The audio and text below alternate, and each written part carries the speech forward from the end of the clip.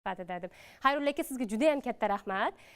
Bu video orqali juda ko'p yoshlar kitob o'qishga qaytdi. Mana bugun sizni o'zingizni kuzatuvlaringiz natijasidan gaplashsak, siz mana bolalar kitob o'qimayapti degan fikrdasiz, adashmasam. Chunki sotuvchi sifatida bugun qanday fikrdasiz? Kitob o'qilish uchun birinchi bo'lib uyda kutubxona bo'lishi kerak.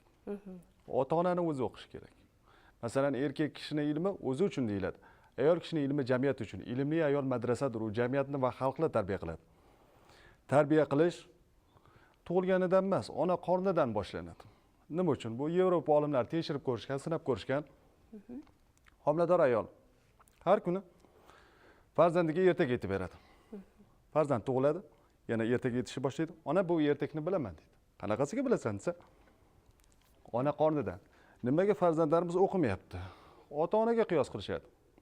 Agar siz farzandingizni yaxshi tarbiya qilmoqchi bo'lsangiz, o'zingizni yaxshi tarbiya qiling.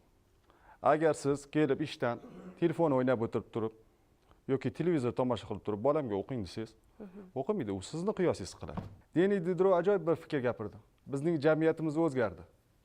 Bizda jamiyatimizda endi hurmatli insonlar boylar va zodagonlar emas. Bizda haqiqiy ilm egalari hurmatli inson bo'ldi.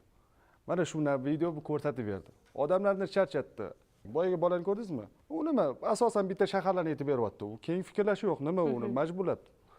Talabalar shu orqali balki bolada ilmga ishtiyoq uyg'otish mumkin. Yo'q, ishtiyoq uyg'otish mumkin. Bitta yo'nalish berilyapti-da, ko'za emas, suv bilan to'ldirmang deydi. Talabalar shamchiroqdir, yoqishni o'rganing. Agar ularni yoqishni xohlasangiz, o'zingiz yonishingiz kerak. Media marketing aynan marketing sohasida bugun kitoblarni zamonaviy tendensiyalardan kelib chiqqan holda targ'ibot qilish uchun zamonaviy usullarni qo'llash davri kelmadimikin? Bugun haqiqatda mashhur insonlar, yoshlarimiz aytishdi, mashhur insonlar turli mahsulotlarni reklama qilishyapti, lekin biz kitob reklamasini deyarli ko'rmaymiz. Deyarli ko'rmaymiz. Qanaqa fikrlaringiz qanday bo'ladi? Men shu bir joyi gapiraman, haqiqatan zamonaviy texnologiyalar deyildi. Men qizim 6 yoshda, kitob bilan qiziqtirdim. Kitobga uncha qiziqmadi. Haqiqatan keyin YouTube'ga yozib ko'rdim, YouTube'ga yozdim. Alfabet, harflar yor. Har xil bir chiroyli videolar bor, harflarni o'rgatadigan. Eng ichida yoqqani o'zimga ham yoqib qoldi. Raketa harflarni topadi, A, B, V harflarni topib sekin raketa yasaladi. Oxirida raketa yasab bo'linadi. Uchishga tayyorlanadi. U topgandan xursand bo'ladi, uchganda men uni ko'taraman, xursand bo'lib ketadi. Demak, biz boshqacha usulga o'tishimiz kerak. Yo'q, yengil yo'nalishlardan ham foydalanish kerak. Zamon juda ham rivojlanib ketyapti. Kundan kunga, soat, minutga sayin zamonaviy texnologiyalardan ham foydalanish kerak. Men o'ylab ko'raman, ilm zamonaviy ilm o'sha 3D formatlaridan foydalanishni boshlashadi. Haqiqiy tarixlar haqiqiy ko'rsatib beriladi maktab fanlarida. O'sha Yevropalarda qo'llanib olibdi. Haqiqiy o'sha Jaloliddin Manguberdi, haqiqiy janglar aniqlari bolalarga juda ta'sir qiladi bu narsa. Ular zamonaviy ilmga o'sha kitobga yana qiziqib ketishadi shu orqali. Oxirgi marta qaysi kitob o'qidingiz? Assalomu alaykum. Olmos Umorbekov Yozyamg'ira. Nostradamus kitobini o'qidik. Thomas Eriksonni Atrof to'la ahmoqlar degan ingliz tilidagi kitobini o'qiyapman. Anbiyolar qissasi. Esimda yo'q, to'g'risi hozir. Ishqibozmasman deydi to'g'risi kitobga. O'qish kitobi o'qidik. Oxirgi marta o'qigan kitobim Kechki orasi. Yaqinda sotib oldik, Yashamoq degan kitobni. Hali tugatmadik, lekin endi yaxshi kitob ekan. Bolalarni kitob o'qishga qiziqtirish uchun biz kattalar nima qilishimiz kerak? Birinchi o'zimiz o'qishimiz kerak deb o'ylayman, chunki ota-onam uyda kitob o'qishadi va ularga qiziqib, biz ham shu kichkinalikdan kitob o'qib katta bo'lganmiz. Biz ularga motivatsiya berib, ularni rag'batlantirishimiz kerak deb o'ylayman. Kitob olib berish kerak ko'proq.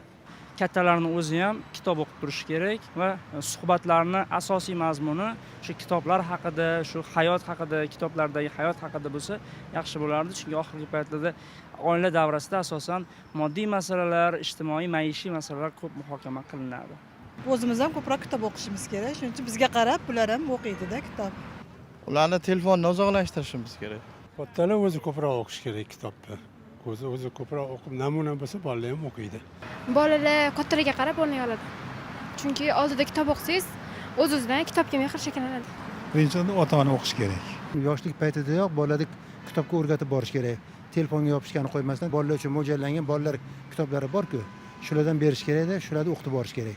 Men shuni deb o'ylayman o'zim. Yapon olimi aytdi-da, siz nima uchun zamonaviy kitoblarni o'qimaysiz? Zamonaviy kitoblar juda chiroyli, yaxshi ko'rsa.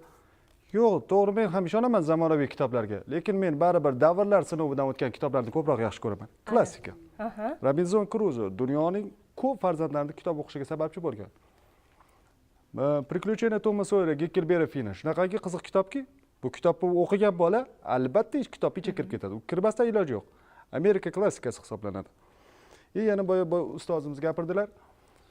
Kitoblar bilan maqtanishni boshlamoqdilar. Bir ustozdan so'rashdi-da, nima uchun sizning shogirdlaringiz sizdan 10 barobar kamroq bilishadi, lekin sizdan ko'ra mashhurroq. Lekin siz ulardan 10 barobar ko'p bilasiz, siz undan mashhurroq emassiz desa, ustoz bir ajoyib gapirgan ekanlar. Nima degan ekanlar bilasizmi? Meni shogirdlarim bilinmoq uchun ilm oldilar. Men esa bilmoq uchun ilm oldim. Kitob bu bepul ustozdir. U hech qanday sizdan minnatdorchilik istamaydi. Kitob har daqiqa o'qigan saring senga donolik berib boradi. Kitob u jonlidir, miyasi bor, faqat usti teri qoplangan. Kitob u senga sirli narsalarni jim aytib beradi.